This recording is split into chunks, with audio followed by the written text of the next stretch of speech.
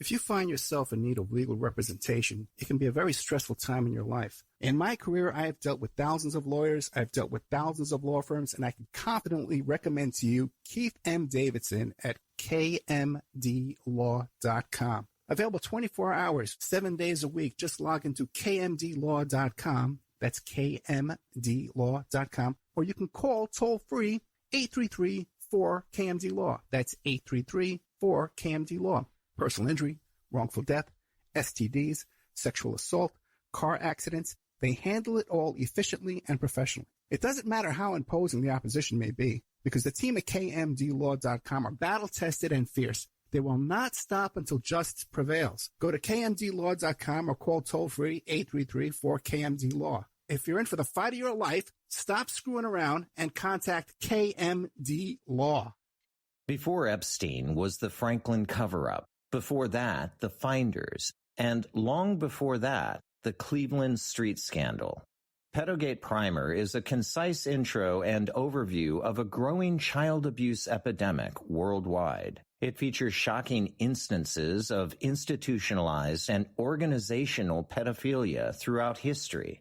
Churches, cults, the world of arts and entertainment, the government, NGOs, charities, and major corporations are all complicit or culprits in many instances. Pedogate Primer delves into material that for many may seem like the stuff of conspiracy theories. For this reason, the book draws on academic resources, declassified documents, and other reliable sources, and steers clear of conjecture. Such shocking true stories need no embellishment. Emailrevealer.com. People ask me all the time, hey Ed, are you still a private investigator? I sure am. Go to emailrevealer.com. We handle adoption investigations, infidelity investigations, where you give us your spouse's email address. We trace it back to online dating websites, catch them cheating online. Email tracing, locate or identify somebody from as little as an anonymous email address. Someone owe you money? Back child support? We can find that deadbeat, locate his hidden assets, locate his hidden bank accounts, find his current place of employment, and even assist you in obtaining a judgment and recover that judgment for you. Emailrevealer.com. Digital forensics, computer forensics, cell phone forensics, recover deleted text messages. Create a report that you can use in court. Emailrevealer.com, 800-572-9762. The Opperman Report is brought to you by Aquadam.net. You can give them a call at 707-764-2119. A flooded home is never easy to deal with. You're left with the mess to clean up, the insurance companies to deal with, and not to mention all the memories, the precious memories that are lost in the flood. You can never replace those. And Aquadam can be a tool in your arsenal to protect your home and property from the floodwaters. The cofferdam is filled with water to control water and is reusable as long as it's taken care of. It can protect your home or business from rising floodwaters like a dam, but without the beavers. It can also be used in construction. If you need an area to be dewatered, an Aquadam can do the job. An Aquadam was used at SeaWorld in Orlando for the Mako roller coaster ride during the coaster's construction by dewatering the work area. An Aquadam is now dewatering the work area at San Antonio SeaWorld for their newest roller coaster ride. An Aquadam has been used in many construction projects all around the U.S. and all around the world. Now give Aquadam a call, 707-764-2119. You can look them up online at aquadam.net. You can find them on Facebook at Aquadam Inc. You call them up, you email them, you tell them Ed Opperman sent you, and they're going to take 10% off the price. Aquadam.net, 707-764-2119.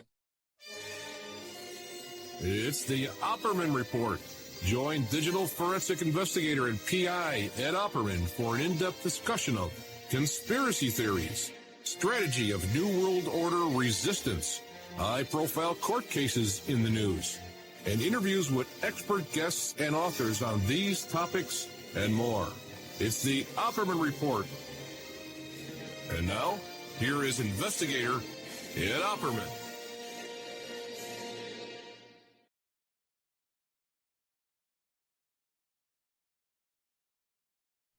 Okay, boy, I screwed that up. Okay, welcome to the Opperman Report. I'm your host, private investigator Ed Opperman. You can find me at oppermaninvestigations@gmail.com. If you like our show, be sure to check out our Patreon. We just put up a new show today on Patreon. What was it? I forget. But there's some new content up on Patreon tonight. You can go check it out. Also, too, our archives you can always find at Spreaker.com. And, by the way, too, I put up repeats every night on Spreaker.com. And if you haven't seen them this week, it's because Facebook gave me like a 7-day ban because I was complaining about those migrants getting kidnapped by Governor DeSantis, my wonderful governor here, and dropped off at Martha's Vineyard at the tune of $600,000. And then, about a week later, I did a whole report on this last week, but then like a week later, they sent another plane up empty, and they charged $900,000. Just unbelievable what is going on. We got so much going on in the news this week. What they do is when they release stuff they want to bury, they release it on Friday night. So then people, go away for the weekend. They don't watch the news. They're not talking to their friends at work. So stuff gets buried. And that's what we've had this week here and today. So let's start with this. My notes go on forever. That's why I'm talking so fast. I don't want to miss anything. First of all, after this show here, I'm playing an interview I did with Mike Rothmiller, who's the former LAPD intelligence detective. I played repeats with him all week long. He's been coming on the show for 10 years now. Did a book about Marilyn Monroe, Chappaquiddick. We've discussed many, many topics. It was fascinating. He was working back, O.J. Simpson. This guy worked so many big cases and knows a lot of stuff. So he just did a book about Frank Sinatra. And so we discussed that. And, I shared some stories. I actually was in the same restaurant, Bravo Johnny's in Manhattan, with Frank Sinatra. It's a kind of a funny story because the guys, I was 25 years old. And I was with my best friend. Oh, my God. I forget his name. Fred. My best friend Fred. Not Fred Gotbetter. The other Fred. The one that was he was 55 years old. I was 25. He was my best friend. And so we were meeting some of his buddies at this restaurant. He knew everybody over there. It's organized crime place, And so one of the guys at our table, the way he made his fortune, he had a little tiny ad in the back classified section of like Hustler magazine selling this land, parcels of this investment land that he owned up in Canada. It was a huge scam that, he scammed these poor guys, masturbating into the back of this magazine, selling them this worthless land. I think I told the story a couple of times before. The guy actually blew his nose into the napkin because he was using all this coke.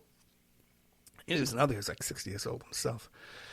So that's my little story about running into Frank Sinatra. The same night there, Frank Sinatra, Don King was there, and John McEnroe and Tatum O'Neill were all there at the restaurant that night. It was a very nice place, Bravo Gianni's in Manhattan. So we also tell a little story about Harry Reid. I've told a story before about how Harry Reid went to start his car. His wife went to start the car. And they found the car wouldn't start, and they found it was a wire from the spark plug to the gas tank, right? And it turns out who did that but Jack Gordon. Jack Gordon, who was LaToya Jackson's husband there for a while, who actually went to the FBI, about allegations about Michael Jackson. He went to the district attorney's office in California and made official complaints against Michael Jackson, but they didn't do anything about it.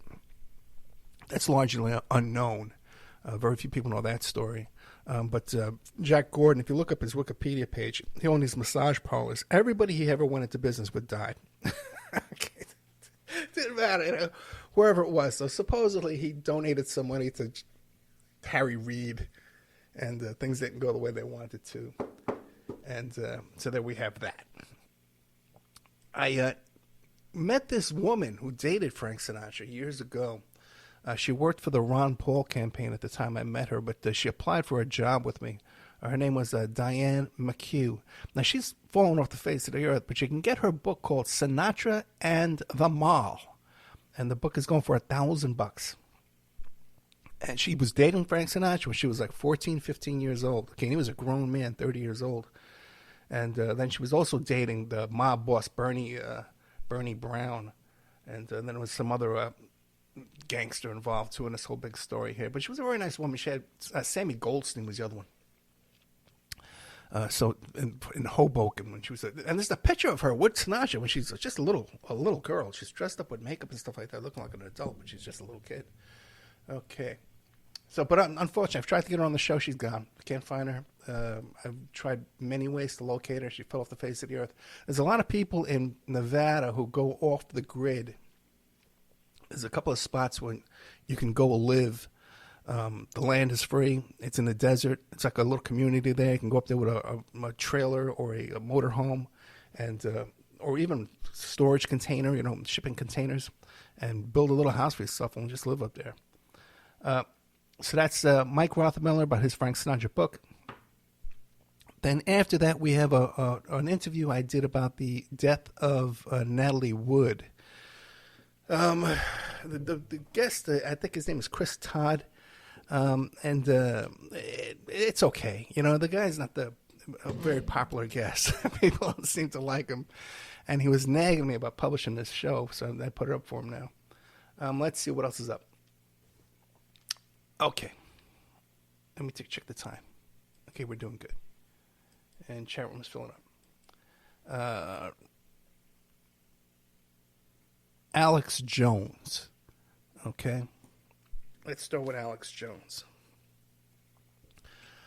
A lot of people aren't noticing this, but there's a new Alex Jones defamation trial about Sandy Hook. There's another one. He's being sued by other Sandy Hook families. I believe there's going to be like 15 lawsuits. So you can watch it on that Truth and Crime, Justice and Crime and Justice, what's his name there? Dan Abrams' YouTube channel. He runs that website. And by the way, his sister was the judge in my case with the Katie Dole lawsuit, the Trump Epstein rape lawsuit. So, you know what? I was going to do a whole show about that and her connections to Elliot Abrams and stuff. It's a very interesting family. A lot of stuff going on there, a lot of moving parts, as they like to say. So Alex Jones is back on trial. He testifies yesterday. I didn't get a chance to watch it live, so I watched it today. And there was really nothing going on this week. I had a very busy week, and I didn't have anything to talk about tonight. But then suddenly, all the crap hit the fan all at once. We got Matt Gaetz. We got the Kincora School for Boys up there, the boys' school up there. I think it's Ireland. I heard from Richard Kerr today. We're going to be getting to all that. But let's start with Alex Jones, because I got to tell you something, man. I've been involved in a lot of trials. I'm watching this case here. It is just fascinating what's going on here. I really encourage you to go and watch it. It should be edited down, but there's a lot of parts you can skip ahead. Alex Jones shows up for this trial. He does these press conferences out on the street before he goes in. And he just goes there into the middle of the press and just starts yelling at the top of his lung. There's no preparation for this. There was even a second press conference today where his lawyer wasn't even aware of what he was talking about. There was no, and he even gives away some of their legal strategy. Okay, he testified all day yesterday, and it was an absolute circus. First of all, he can't even button up his jacket. He's all hungover. He's sitting there all hungover at in the chair there, in the witness stand. And the judge keeps admonishing him not to interrupt, just answer yes or no, not to interrupt the lawyers. And when his own lawyer is objecting, not to answer, to stop talking, to stop answering. And she's talking to him like he's a moron, like he's a simpleton. Which I'm really starting to wonder, man, how this guy runs this huge operation like this when he's this completely out of it. In my opinion, at this point, in my estimation, I think he is incompetent to stand trial. He's incompetent to assist in his own defense. So he's up there, and they came up with a strategy. And I know what the strategy is because he blurted it out at the press conference today.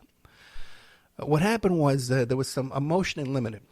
And the judge ordered that there were certain things that Alex Jones was not allowed to talk about on the stand. He's prohibited from talking about his bankruptcy, some of his theories. He can't say that, he's not guilty. There's a lot of things he can't say. So this new attorney came up with this strategy, and it's brilliant. This new attorney is a very technical attorney. He's technical with the law. He's technical with procedure. So he's a good litigation attorney. Okay, I'll give you that.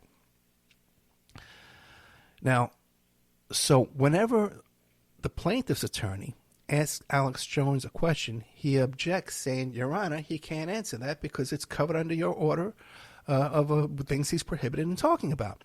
But the problem is Alex Jones yells out the answer okay, over his own attorney's objection. So you have Alex Jones yelling out the answer, his own attorney yelling out objection, objection, objection. It's complete and utter chaos in this courtroom. Now, we know about this strategy because what happened was yesterday's testimony of Alex Jones was such a disaster that both the plaintiff and the defense agreed that, hey, this just isn't working. It's just chaos. He's not going to return to the witness stand today, and the defense can call him later on in their case in chief, and he'll be a witness then, and he can be cross-examined then by the plaintiff. So, and Alex Jones is not showing up for court. Okay, he's going back to Austin, Texas, but instead he shows up and does another press conference out in front of the courtroom where he's again yelling at these reporters. His attorney there was no preparation for this. His attorney didn't even know he was going to show up and do this. So it is my estimation he is incompetent to stand trial at this point. And I got to tell you something. We've talked about this before. I talked about that time I had to spend 2 hours there sitting in the competency court. Only the first time I've ever done this. I had to sit there in the competency court where all these defendants they had already been declared incompetent, or they were being sent to be evaluated for their competence. And they're just standing up and they're rambling on. One guy says, they says, well, when the evaluator came to speak to you, why didn't you talk to him? And he goes, oh, I did. I talk to him all the time. I talk to him through the mirror. Okay. So some of these guys are faking it, but some of these guys were legit mentally incompetent to stand trial. And the sad part is when they send them to the Psychiatric Institute, and I told the whole story about this, all the problems I had. I wasn't able to visit my client. We had to finally call the governor and get the governor's office involved to get me in there and to get them to pick up the phone down there and let the parents talk to their daughter. But what happens is, when you go to the mental institution, the psychiatric facility, all they do is tell you, hey, when you get to court, don't interrupt the judge. If you don't understand something, just say, I don't understand. But don't talk, just be quiet. So they're not even being helped at all, or they're just being told not to act up in court. So I've sat there through that one time. It was about 2 or 3 hours. I had to sit through all those cases. Because the judge was so patient, she let each defendant stand up and communicate. And sometimes it would just go off the rails. But at almost, especially when I used to do a lot of criminal defense work, almost once a week or once a month, you'd have one of these sovereign citizens or these Moors get up there. And it was so sad at their arraignment. You're pleading guilty or not guilty, and they're trying to argue, all this crazy stuff, the straw man, and, the corporation, the United States corporation, all this crazy stuff. It's just ridiculous. And many times, I remember one guy, he was at the park, and he had a knife because he was eating with a sharp knife. And somehow he came into contact with police, and they arrested him for possession of this knife. It was like a steak knife that he was eating with. But still, I guess he couldn't get along with them either, and he got arrested. He winds up here. And the judge is saying, listen, if you plead guilty, we can give you time served. You can walk out today. He goes, oh, that never works. It never happens. And then finally, the judge says, would you like to speak to an attorney? Oh, I've talked to attorneys. There's no help. So finally, the judge gave up and said, okay, if I have to give you a psych evaluation, you can't plead not guilty.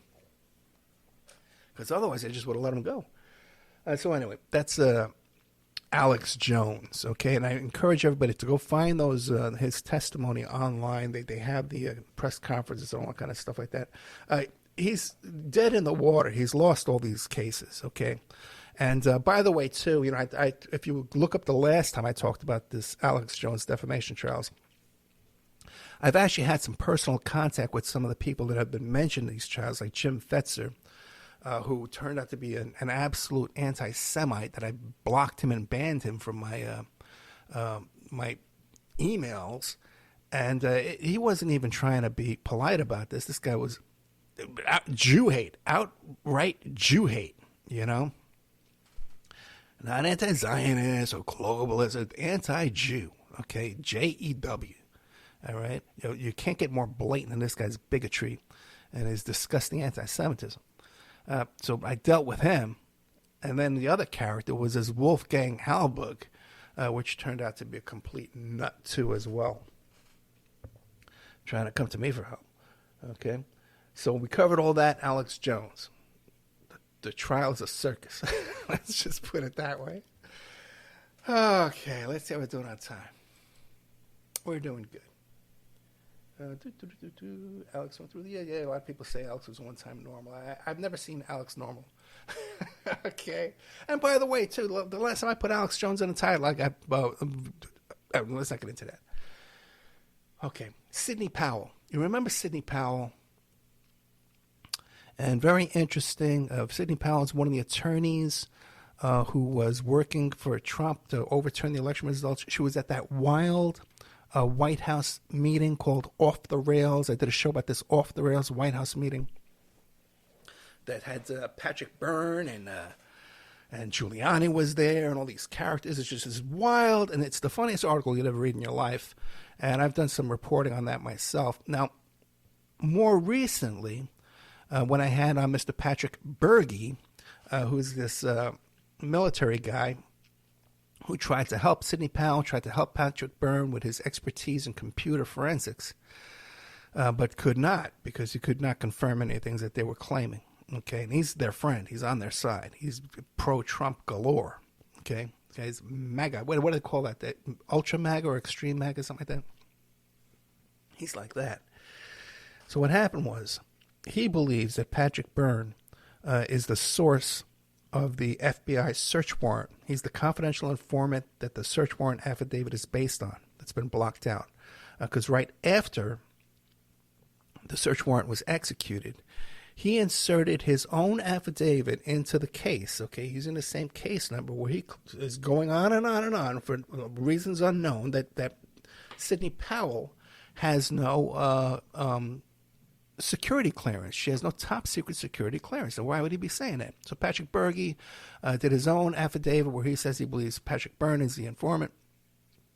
And once again mentioning Sidney Powell. Now, Sidney Powell yesterday was supposed to appear at a grand jury in Georgia because of a very strange, by the way, there's the same grand jury situation that's attached to the search warrant execution on Mr. Mike Lindell, my pillow guy.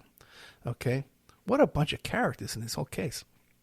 By the way, check out last week's show too about this whole guy Greg Phillips with the whole right to vote, vote now thing, and all that guys who was there at the top secret golf meeting there with Trump when he made that top secret last minute meeting to D.C. trip to D.C. Sidney Powell didn't show up for her grand jury testimony. No one knows why. She has not issued a statement why. Publicly, they're just saying, well, maybe there was some confusion with the subpoena. She wasn't aware. But she's, you kind of know these things when you got to show up for court, especially if you're an attorney. Okay. But now that this My Pillow guy had his phone seized, she might be worried to step foot in Georgia because there could be a warrant for her arrest there. Okay. At this stage of the game. Because she is on videotape, her with some others entering the electoral offices there and downloading electoral data that they're not allowed to have. And in the Patrick Berge affidavit, he mentions that data on each voter could be worth as much as $2,000 per voter. Okay, so there's a lot of moving parts here. So Sidney Powell does not show up. So let's keep our eye on that. Goodbye, Sidney Powell. Now, let's see what else. How we're doing on time. We're doing good. Matt Gaetz. Okay, who was the first guy to tell you about Matt Gaetz? Well, it was Ed Opperman, okay, because I got some word through the grapevine about what was going on with Matt Gaetz down here in Florida. And then I even put some tabloid guys on it, okay? So I've been talking about Matt Gaetz before anybody, Okay, and the whole thing about his adopted son, I did shows about his adopted son Nestor, and the suspicious, mysterious behaviors and circumstances about all that. His quickie marriage to this woman who seems to be some kind of a beard. He's alleged to have been sending Venmo money to teen girls to bring them to these parties, which he doesn't really deny.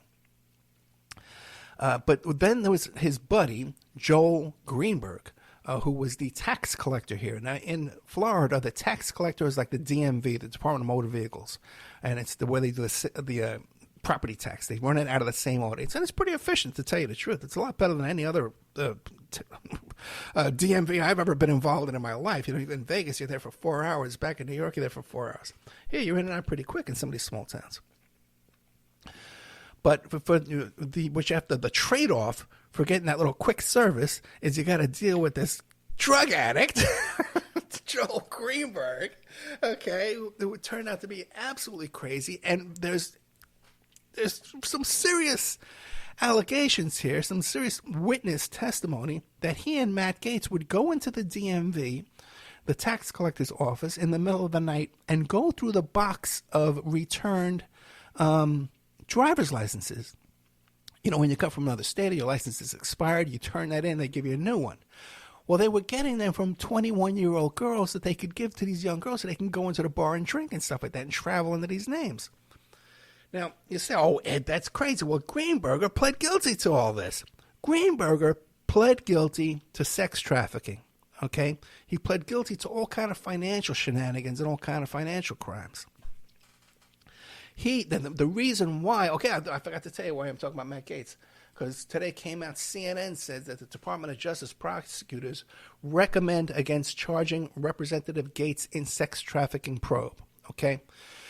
Now, that's the CNN article. They've got top secret inside information that's telling them this. And the reason why the DOJ prosecutors just recommend against this charge is because the witness in the case, Joel Greenberger, is so crazy and so unreliable. And I'm going to get into, I did a whole show about that too, and there's a videotape out there about why we'll be getting into.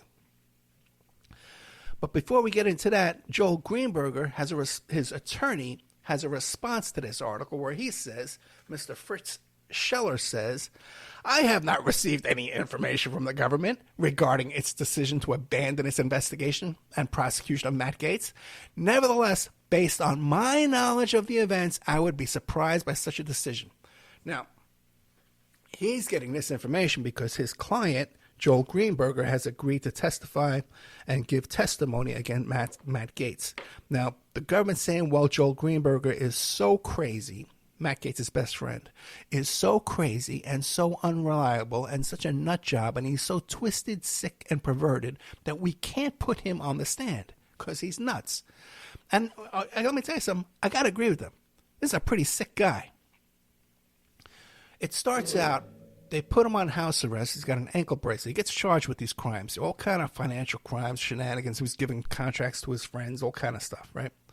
But then also to these sex trafficking charges, where they're getting these false IDs in the middle of the night. So they put him on house arrest. He leaves his house and travels to his mother and father-in-law's house in a whole other county, shows up there wasted, enters into their home without permission because his wife is staying there been going out with another guy, okay? A male friend, okay? That's the story. So they call the police. The wife calls the police. The police show up. It's all on video. They got their body. You can watch the body cameras. It's on. You can find it on YouTube. Okay. And he's wasted. He's bipolar. Okay. He said, "Oh yeah, I don't know anybody." But the wife and the father-in-law are saying, "Yeah, we're scared of this guy. He's crazy." The wife starts saying, his parents are buying me a house. She's whispering to these cops on the body cam that the parents are paying her off. They're loaded. They've got all this money. They're buying her a house to keep her quiet and to keep her mouth shut. So when it turns out that he violated the conditions of his supervised release on bail, there's another YouTube video where you hear the U.S. Marshal calling 911 or calling, there's a recording. You can hear the recording. And it goes over 911. It goes over the police areas where they say, hey, listen, we got to go down and pick this guy up. But we hear that you guys have a relationship with him. Can you go pick him up? Some big shots get on the line and say, oh, yeah, call me on my phone so we can talk about this. Okay? So Joel Greenberger decides to hold a standoff, an armed standoff, when his buddies come to arrest him. And what this is the star witness against Matt Gaetz, okay, who his own wife is saying is bipolar. His own wife is saying, yeah, his parents are paying me off. They're buying me a huge house for a lot of money. And he's there, and they're calling him on the phone. This is all you can find. All this is on YouTube. As a matter of fact, I have it in the Patreon, in a free section of Patreon. And he's telling these cop buddies of his outside, well, I know I'm on supervised release, but I've got a bunch of guns in here, and what I've done is I've taken tannerite, which is tannerite's like these targets you can shoot at and they explode, and I've taken tannerite and I've surrounded them with BBs and nails and screws, and if I shoot them, and I have them buried in the lawn out in front of my house, on the sides of my house, so if you approach my lawn or my house, I'm going to shoot them and blow you up with an IED, an improvised explosive device.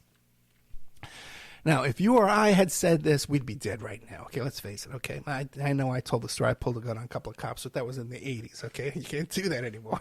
Okay, but this guy's it's on tape. It's on tape. And then he's also saying the cops are joking around out there, saying, "Oh yeah, he got caught talking to little girls on his computer." No, he's not even charged with that, so we don't even know what that is. Then they tell him, "Listen, just come out. Close the door behind you. We're not going to search the house. You're not going to catch any new charges for being out on bail with weapons and improvised explosive devices." Wouldn't that be a new charge, in a normal case? It's so corrupt down here, man. And honestly, I should get out of here. But not only that, he's telling them, oh, now I got to go to jail. I'm going to be dope sick in jail. So he's admitting that he's on some kind of opiates or heroin or something, man. Who knows what he's on, but it's dope sick is associated with heroin or fentanyl, something like that. So that's the star witness against Matt Gaetz. His attorney says, hey, I don't know anything about them dropping these charges against Gaetz. I don't believe they're going to drop these charges against Gaetz. I believe that there's going to be a reaction article about this, about some of the other very serious allegations that I know about Matt Gaetz and I know about this situation. Okay, I've even brought in super tabloid folks into this that they know about it as well, and they're digging around looking at this stuff.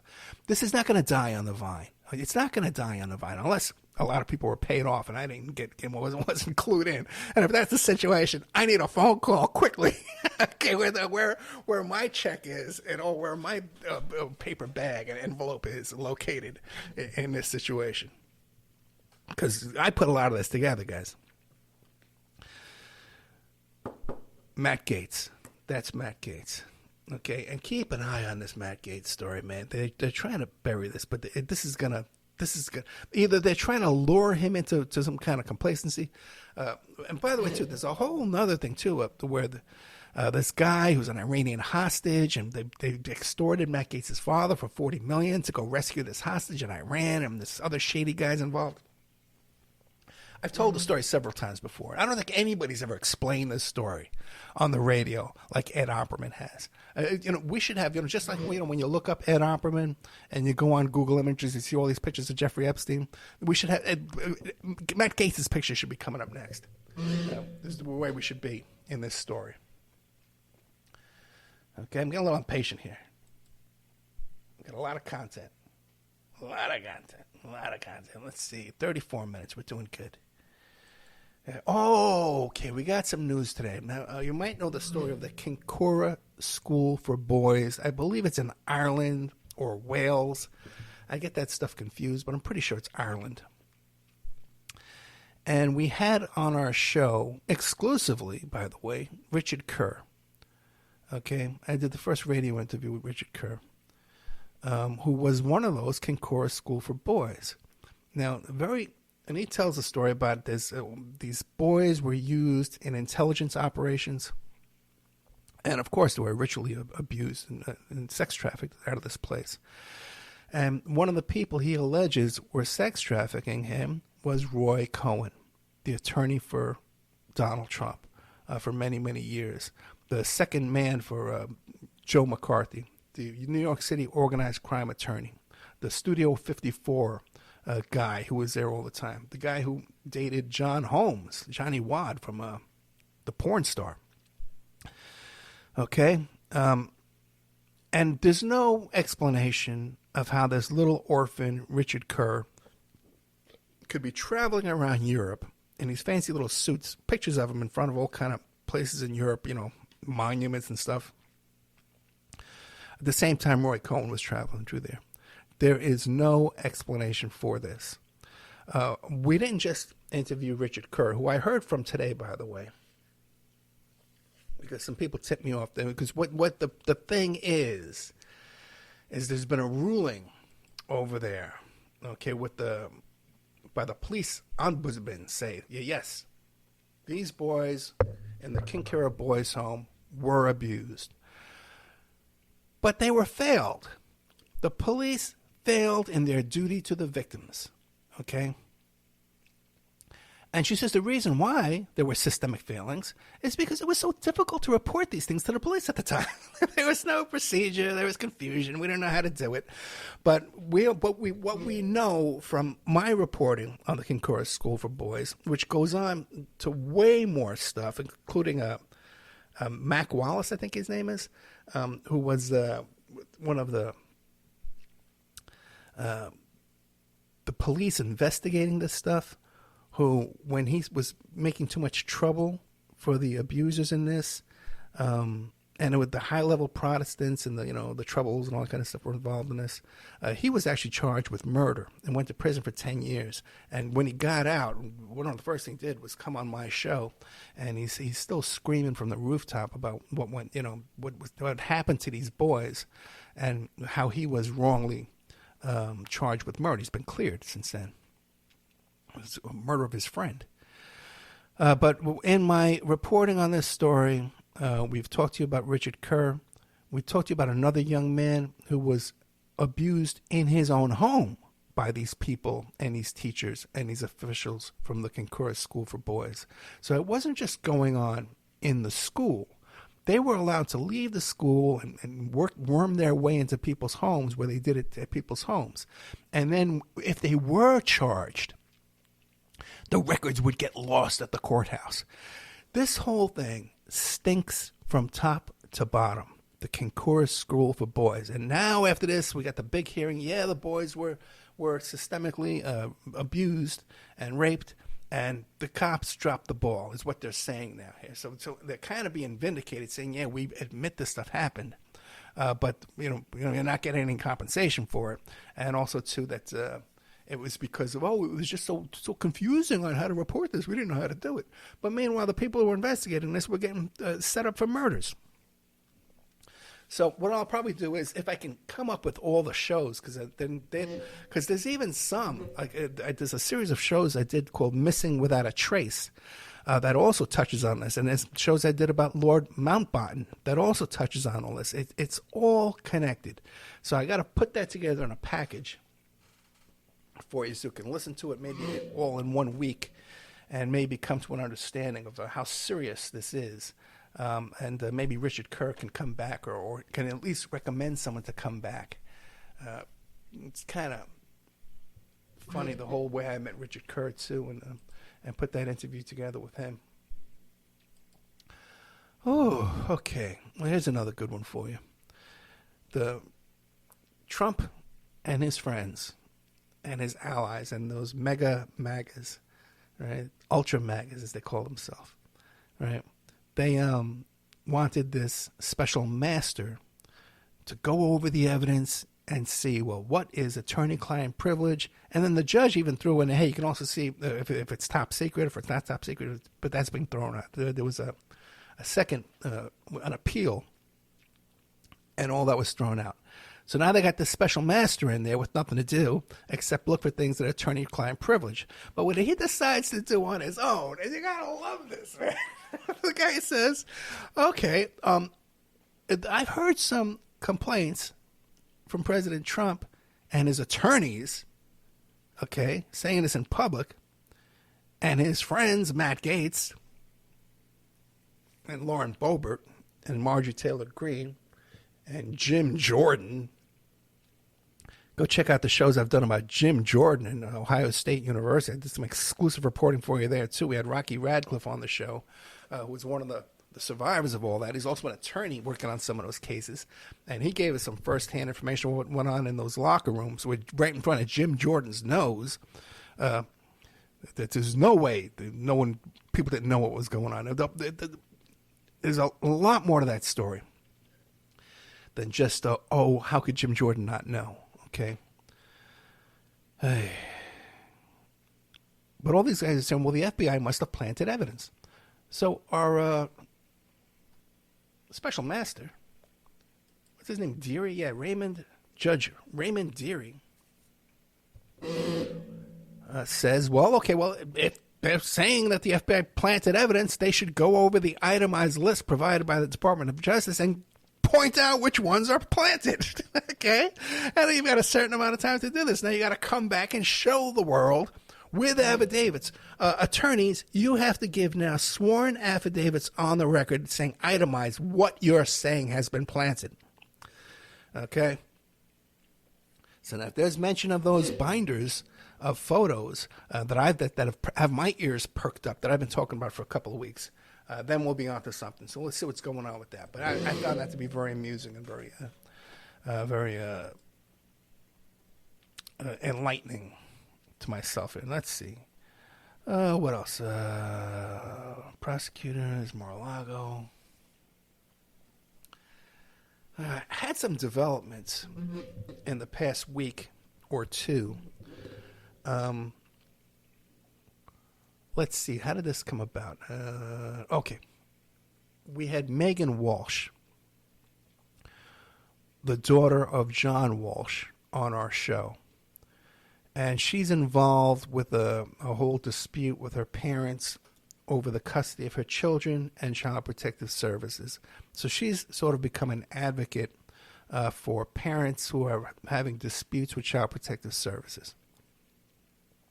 So much so that she's invited to a rally right in my area here in Clearwater. First it was in Clearwater, then it was going to be in Largo. So then it was going to be in the Pinellas Courthouse.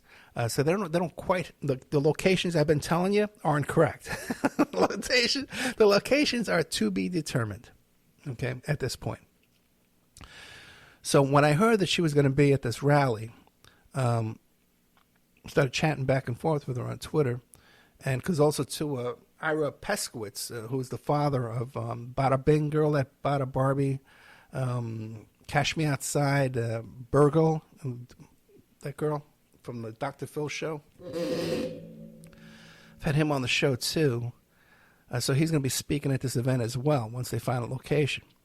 But she started talking about on her Twitter. She's very active on Twitter. You could follow her there, Megan Walsh, about how the kids on the milk cartons. And it was kind of funny, too, because I was watching a documentary on Netflix about anthrax, and who do I see there at an anthrax press conference is her dad, John Walsh. And as you know, I had on, I've done many shows about anthraxes, too, as well. And the FBI agent in charge of that. By the way, anybody that sues the FBI over anthrax gets paid. Okay, and that's a payday. Because they don't want that in the news. They don't want that coming to light. Now, she starts talking about this kid on the milk cartons, right? And I says, I reply back to her. I says, I ran into serial killer Richard Biegenwald. And what he told his attorney, his mafia attorney, by the way, Biegenwald was like a biker. And we had used his mother's house on Staten Island for a marijuana deal. I had these marijuana growers down in Tennessee. They would bring their marijuana up to Staten Island, and I would take it off their hands. We needed a location to do this. They knew Richard Biegenwald who was a biker type himself and a self-confessed hitman for organized crime back in Staten Island and New Jersey. And he had killed a bunch of people, and about 6 of them were young women, okay? Now, in his house there, he had built a secret room with a secret door to the room. And he had snakes in there, poisonous snakes, and he was milking the venom. He had all kind of strange weapons he was designing and building himself. So when he started getting caught for these murders, he told his attorney, Lou Diamond, who was the best man at my attorney's wedding. They were best men at each other's wedding. I told the story about my attorney, Mr. La Rosa. Did a very touching when he passed away. I did a very heartfelt, what do you call it, when you honor him, you know, broadcast. But he told him, he says, you know those kids on those milk cartons? He goes, I'm responsible for a lot of those kids. He says, we take them and we sell their organs. Okay? And that's what, you know, I'm in the business of doing with those kids on those milk cartons. So Megan Walsh is talking about the milk cartons, and I says, oh, well, hey, well, look what serial killer Richard Biegenwald had to say about those milk cartons. And I posted a link to my interview with the author who wrote the book about Richard Biegenwald. So what happens, I get a message on Facebook saying, Ed, that guy with the marijuana from Tennessee, that's my uncle. Okay? And I looked him up recently. He's out of prison. By the way, when he had gone to prison, he got 25 years. He served 10 for marijuana back in those days. And right before he was, I guess, he was trying to make a deal, just like Greenberg. And he tried to set me up on the phone. He tried to call me up on the phone and say, hey, do you need any marijuana? I said, oh, no, I'm retired. I was going from Mexico back in those days. I didn't need him anymore. I had hugely expanded my operations by that point and didn't need this, 20-pound grower from Tennessee. 20 pounds was nothing at that point. So he tried to set me up and get me involved in a pot deal that I would get to do time for. So anyway, he's out of prison. I'm talking to his niece. And now I'm either going to interview him, but the thing is, the most important thing of all that is with that story. Ooh. Oh, we got one of the people in the chat room says you need to watch the Gore Vidal and Roy Cohen interview discussion and see Gore zing Roy about little boys. Yeah, I'd like to see that. See a link to that, and I'll put it up.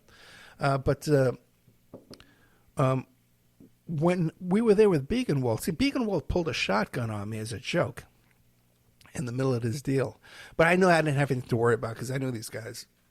I Pete with me, Pete the Nut, Pete Peaches. He would never allow anything to happen to me. He loved me. He was 6'5", 300 pounds. He would never let anybody hurt me. And he knew Biegenwald too. Okay. So Biegenwald comes out with his shotgun. It's a big joke. Hey, it's a stick up, but I knew it was a joke. And Biegenwald was acting very erratic, very strange, laughing at his own jokes, very agitated. And as we were leaving, he pointed to a spot in the front lawn and said, this is where we bury the bodies. So now I have another witness. I want to do like a documentary film about this, or at least a book or something, and go there and recover those bodies. So working on that, I thought I had a film crew ready to go on that, but kind of got blown off. So, reaching out again to see what we can put together with that. So let's see. That's that. Oh, by the way, too, in this. Oh! I forgot all about this.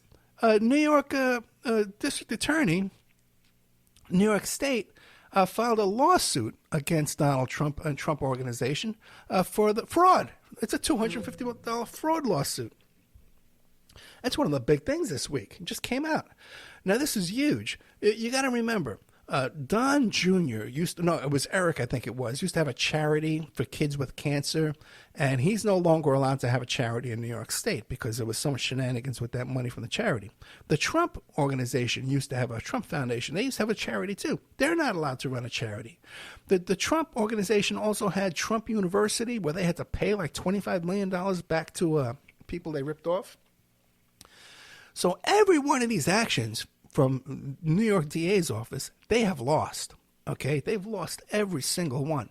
Now this one here, he's lost already, because when he went to a deposition, he pled the fifth. Okay? Now, when you plead the fifth in a civil case, you're saying, hey, man, if I tell you what I did here, I'm going to go to jail. So I'm going to keep my mouth shut. This is why you shouldn't always plead the fifth, okay? A lot of people think it's a joke, and you can get away without saying anything. It's not. You got to know what you're doing, and I believe whoever told him to plead the Fifth Amendment 400 times. Fifth Amendment is the right to not incriminate yourself, and not to admit to doing a crime. Okay. Now they're being sued for $250 million. They're going to lose this lawsuit. He should have settled a long time ago for $50 million, whatever. Got another $250 from the Saudis, because he's going to lose this lawsuit. Now, what the basis of the lawsuit is that they were overestimating the values and the appraisals of their properties and their businesses, and they were using phony profit and loss statements too as well. One example is he has a 10,000 square foot apartment that's his own personal property in Trump Plaza, Trump Tower. But he claimed it was 30,000 square feet. So that's triple. Okay. Also, too, there's properties he bought for $10 million that he said were worth $70 million like a year later. So this is going to be very, very easily proved that he's committed fraud. And just like they can't have a charity in New York, and just like they can't have a university in New York, they are not going to be allowed to have Trump Organization in New York State. I can almost promise you that. And take this from a guy who, and I told everyone to take a screenshot. I told you during the primary in 2015 that the man is going to wind up in prison. There is no way he's going to survive this with the taxes, with all the fraud and all this stuff. He's been pushing his luck his whole entire life. He's been a con man his whole entire life. He's going to wind up in prison. Okay, and I didn't think he was going to win. I thought he'd wind up in prison just for running. But I'm convinced now more than ever, because there's already been a criminal referral based on these fraud charges. Okay, he's going to be found liable, because this is a lawsuit. Okay, this isn't a criminal indictment yet. Okay, but there definitely will be once all these documents are on the record. With the IRS. The IRS is going to file charges for this because they're telling, see what they overvalue the property. They tell the bank, hey, this property is worth $70 million. They pay $10 million for it, but they say, hey, listen, it's worth $70 million because look, there's 300 more square feet than we told you there was. So loan us $50 million. So they're borrowing more than the property is really worth. Okay.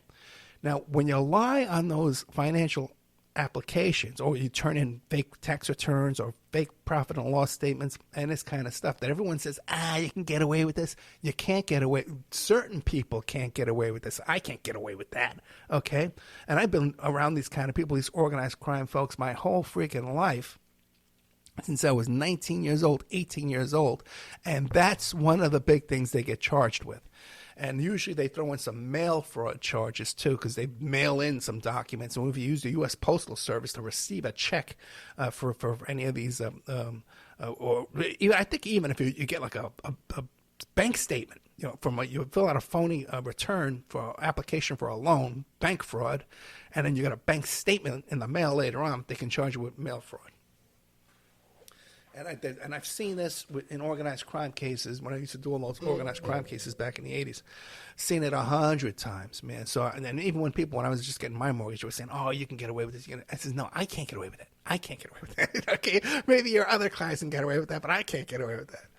Because I'm not stupid, man. I know what I'm doing. Let's see. Oh, good. Thank God we're out of time. I'm losing my voice. So, guys, thank you so much.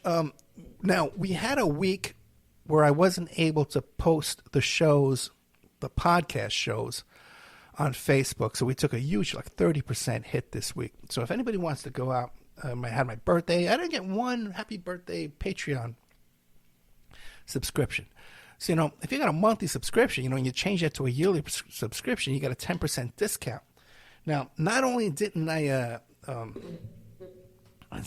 okay, not only didn't I get one Patreon for my birthday, happy birthday, Ed, and that I got hit on Facebook, they shot down the YouTube channel. Okay, so now all the people that would go to YouTube and see the Spreaker link and click on that, and I would get a couple of pennies from that, that's gone too. I had to buy a car, and I had to put a new air conditioning in the house here. On top of all that, Spreaker did not send me my check last month. They're going to be sending me 2 checks next month. So right now, I am up to my neck funding my life in credit card bills. So if you ever wanted to make a donation or you ever wanted to advertise on the Opperman Report, contact me at oppermanreport@gmail.com. That's my PayPal email if you want to make a nice, generous donation. Okay, if you want to advertise, or you can go to Opperman Report Patreon if you want to help out over there and, get a yearly membership, man. I put up new content there 4 or 5 times a week, and there's a lot of free stuff there too as well. So guys, thank you so much. We're out of time. Coming up after this will be the Frank Sinatra show with Mike Rothmiller. Good night.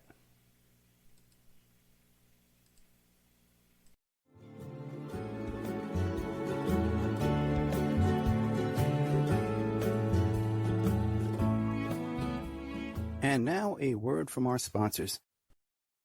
Before Epstein was the Franklin cover-up. Before that, the Finders. And long before that, the Cleveland street scandal. Pedogate Primer is a concise intro and overview of a growing child abuse epidemic worldwide. It features shocking instances of institutionalized and organizational pedophilia throughout history. Churches, cults, the world of arts and entertainment, the government, NGOs, charities, and major corporations are all complicit or culprits in many instances. Pedogate Primer delves into material that for many may seem like the stuff of conspiracy theories. For this reason, the book draws on academic resources, declassified documents, and other reliable sources, and steers clear of conjecture. Such shocking, true stories need no embellishment.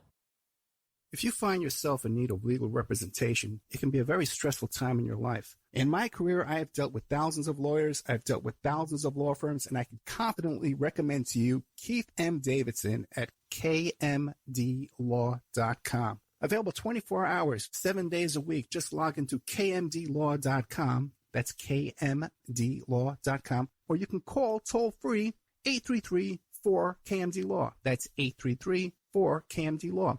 Personal injury, wrongful death, STDs, sexual assault, car accidents. They handle it all efficiently and professionally. It doesn't matter how imposing the opposition may be, because the team at KMDLaw.com are battle-tested and fierce. They will not stop until justice prevails. Go to KMDLaw.com or call toll-free 833-4KMD-LAW. If you're in for the fight of your life, stop screwing around and contact KMD Law.